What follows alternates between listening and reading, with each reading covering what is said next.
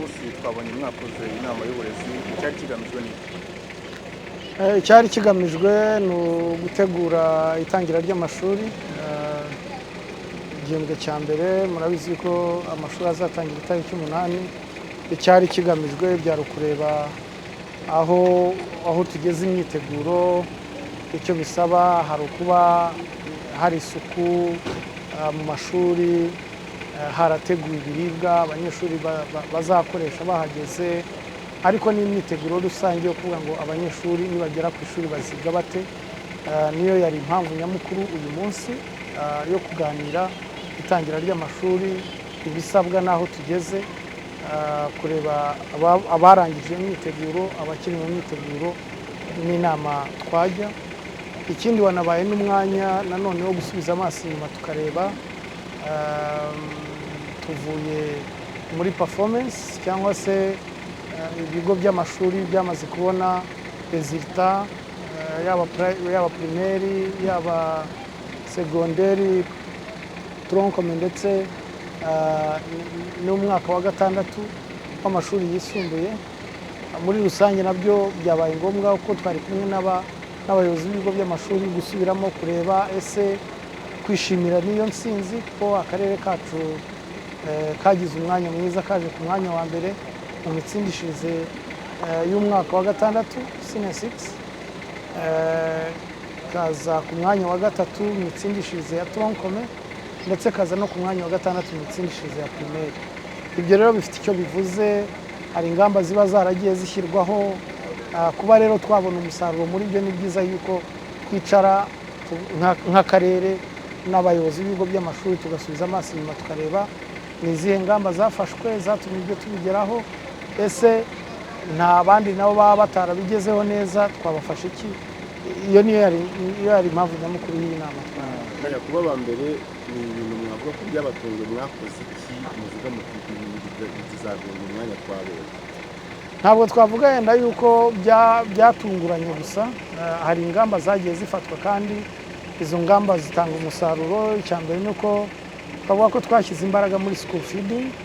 Iyi ni gahunda ya leta ariko twayihaye imbaraga mu buryo bwihariye, ku buryo hanongewe aho harimo gukoresha neza ubutaka bw'amashuri kugira ngo abana babashe kubona imboga, babashe kugaburirwa neza ku mashuri. Ikindi hari model guide yakozwe. Mu minsi yashize twaricaye turavuga tuti ese ko hari ibigo by'amashuri bikora neza, hakaba hari n'ibindi biba bitaperforminze neza, abakoze neza abandi babigiraho iki? Bituma noneho tudevelopinga iyo model guide. Iyo model guide yabaga igaragaza icyo umuyobozi w'ishuri akwiye kuba akora, icyo ishuri rikora buri munsi kugira ngo gifashe umwana neza mu myigire no mu mitsindishirize. Iyo model guide yarafashije. Ikindi twakoze ni uko hongeye uburyo bwo gusinya imihigo. Ubuyobozi bw'akarere twasinyaga imihigo hagati y'umuyobozi w'akarere, umuyobozi w'ikigo ndetse n'umuyobozi w'umurenge. Iyo mihigo nayo yabaye igikoresho cyiza cyadufashije gukurikirana iby'ingenzi byagombaga gukorwa ndetse bigerwaho, bituma na ya performance izamuka. Ikindi kiyongeraho ni ukubaza inshingano. Hari aho byagaragaraga yuko hari uburangare bwabaga mu bigo by'amashuri, rimwe na rimwe yenda n'abayobozi b'ibigo by'amashuri ntibakore neza. Kuba harashyizweho uburyo bwa accountability bwo gukurikirana abo bantu, ibyo batakoze neza bakabibazwa, ibyo bagomba kugarura bakabigarura, ndetse no kureba yuko abana bafite environment ifasha imyigire n'imyigishirize kuba yagenda neza.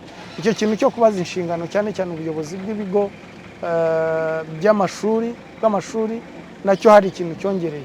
Ariko noneho no gukorana n'abafatanyabikorwa, turavuga ubuyobozi bw'ibanze, ababyeyi, abafatanyabikorwa bandi, amadini n'amatorero, imiryango ya societe civile, abikorera.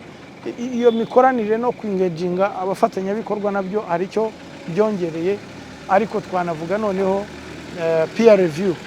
Ni gute ishuri rikora neza rishobora kwigira ishuri risanzwe ryabonye amanota makeya ni gute ryafashwa kugira ngo ryigire kuri rya rindi ribikora neza. Ikindi ni regular inspections, hakomeje kubaho gahunda z'akarere kujya kugenzura amashuri, kureba ibyo tuba twemeranijeho mu nama zinyuranye ko byashyizwe mu bikorwa, muri uko gukurikirana bikongerera umuhate n'imbaraga abayobozi b'ibigo by'amashuri kugira ngo babashe kureba yuko ibyo tuba twemeranije byashyizwe mu bikorwa, kandi gushyirwa mu bikorwa egari kuba hari byinshi birimo gukosoka mu mikorere yabo. Rero ingufu ni nyinshi zagiye zishyirwamo, ariko tunashima n'uruhare rw'abafatanyabikorwa ariko n'inzego za leta dusanzwe dufatanya muri aka kazi karebana n'uburezi, uhereye kuri minisiteri, REB, NESA n'abandi. Byose iyo mikoranire hari umusaruro yagiye iduhereza. Ababyeyi baragira bati hari abanyeshuri rimwe usanga bake batari benshi batarasubira mu ishuri cyangwa usanga barita, barasaba ko mwafatanya nabo kuko bamaze kuvuga ati twabaye ba mbere, ariko reka duharanire ko uwo mwanya tugumaho dufatanyije n'abandi bana batari mu ishuri basubire mu ishuri. Ni iki musaba ababyeyi muri iyo mikoranire kugira ngo byibura?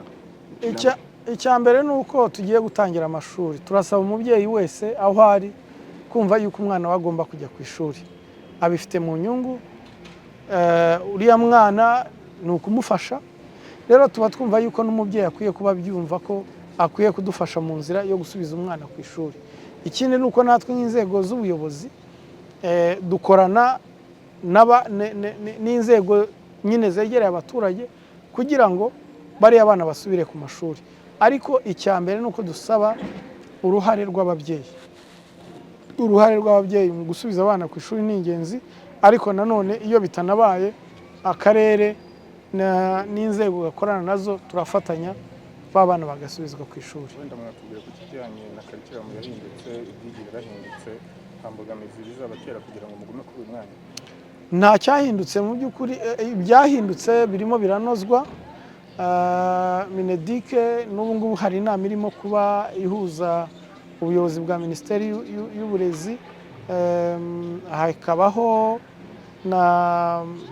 no kuzanuza ibyo ngibyo bemeranijeho bijyana n'izo mpinduka. Izo mpinduka rero biroroshye yuko zizanashyirwa mu bikorwa, kubera yuko iyo babashije gukurikirana ishyirwa mu bikorwa ryazo nta kibazo kindi twumva kizabamo. Hari ibyumba by'amashuri muteganya kubaka muri iyi ngengo y'imari kugira ngo mugabanye student teacher ratio? Yego, dufite ibyumba by'amashuri bigera ku 10 tuzubaka muri uyu mwaka w'ingengo y'imari, kandi na gahunda izakomeza. Murakoze. Nitwa Karemangingo Luke, ni umuyobozi w'ikigo cy'amashuri cya Groupe Scolaire ya Gahini mu karere ka Kayonza. Yego, tunejejwe no kubana namwe uyu munsi. Twumvise ko mwari mu nama mwatumiwemo na meya akarere ka Kayonza kugira ngo murebe uko byagenze. Ese byagenze bite? Mwebwe se mwabyitwayemo mute? Nibyo koko mu mwanya ushize twari mu nama yahuje abayobozi b'amashuri bose n'abakozi bo mu karere bashinzwe uburezi ndetse n'umuyobozi w'akarere. Inama rero yari igamije kurebera hamwe uburyo amashuri yiteguye gutangira umwaka w'amashuri, ariko ari n'umwanya mwiza wo kureba uburyo umusaruro wabonetse wagenze muri uyu mwaka w'amashuri usoje. Umwanya rero mwiza, abantu basharinze experiences zitandukanye, kandi mu by'ukuri byabaye byiza kuko twishimiye intsinzi twabonye mu karere ka Kayonza. Ngira ngo mwagiye mubyumva ko twabaye akarere ka mbere katsindishije abanyeshuri neza kandi benshi. Twabyishimiye rero cyane. Twarebeye hamwe ingamba zo gukomereza muri uwo mujyo, kandi tunashima yuko abayobozi b'amashuri batandukanye bagize uruhare mu gutsindisha neza abanyeshuri, ndetse banashimira n'umuyobozi w'akarere. Yego, murakoze cyane. Nk'abantu bo twumvise ko ari mu rwego rw'akarere ka Kayonza, twagiye tureba ku bigo bikurikirana, ariko mwebwe twabonye nk'aho mufite umwihariko ko muri A-level mwaje muri ku rwego ku mwanya wa mbere. Ese hari inama mwagira abandi benda bishoboka ko nabo baharanira iyo ntsinzi? Kuko twese mu gihugu icyo twifuza ni ukubona amashuri cyangwa se uburezi butera imbere. Ese mwatubwira uko mwabyitwayemo, hanyuma mugatanga n'inama mu magambo magufi gusa? Murakoze cyane. Ubundi twebwe nk'ishuri ryacu rya Groupe Scolaire ya Gahini twitwaye neza, byagaragaye. Abanyeshuri bacu babaye aba mbere, ikigo cyacu kiba icya mbere. nta kindi rero buriya bisaba uretse gushyira umutima ku kazi, gushyira umutima ku kazi ugakora uburyo gakwiye gukora, ndetse burya mu burezi byo ni sayansi, umwana agomba gusubiza ibyo yigishijwe kandi kugira ngo abisubize neza bitsinde nuko babihawe, akabiherwa mu gihe gikwiye kandi akabihabwa neza kandi bigakurikirana uko bikorwa neza. Iwacu rero nuko twabigenje, dufite gahunda twakomeje gusharinga abandi bayobozi bagenzi bacu, cyane cyane ikintu cyitwa gukurikirana abanyeshuri n'abarimu mu myitwarire y'abanyeshuri, ukaganira n'abanyeshuri ukaba umurongo, ukabereka n'impamvu bagomba gutsinda, ukababwira impamvu zitandukanye, ukababwira ibyiza byo gutsinda, ariko noneho imbaraga nyinshi zikajya no mu bayobozi mu barimu babigisha, tugafatanyiriza hamwe, tukajya inama rimwe, tukavuga ngo dufite intego imwe, tukayisharinga tukayumvikanaho, hanyuma tugakora rero dutangira umwaka dukora bijyanye na ya ntego twihaye. Kuko dutangira uyu mwaka urangiye twari twavuze ngo reka dukoreshe imbaraga zacu zose tuzagaragare mu mashuri ya mbere mu gihugu. Ubona rero ko byaduhiriye, nta kindi rero umuntu yavuga ni ukushyira umutima ku kazi, ni ugukora akazi neza, ugakora mu gihe gikwiye, ndetse byaba na ngombwa ubona hari impamvu zatuma umuntu adakora mu gihe gikwiye, nabyo bikaba kuko ni umusanzu umuntu arimo atanga mu kubaka igihugu. Yego, murakoze cyane, turabashimiye, Imana ibahe umugisha. Murakoze cyane. Mukomereza.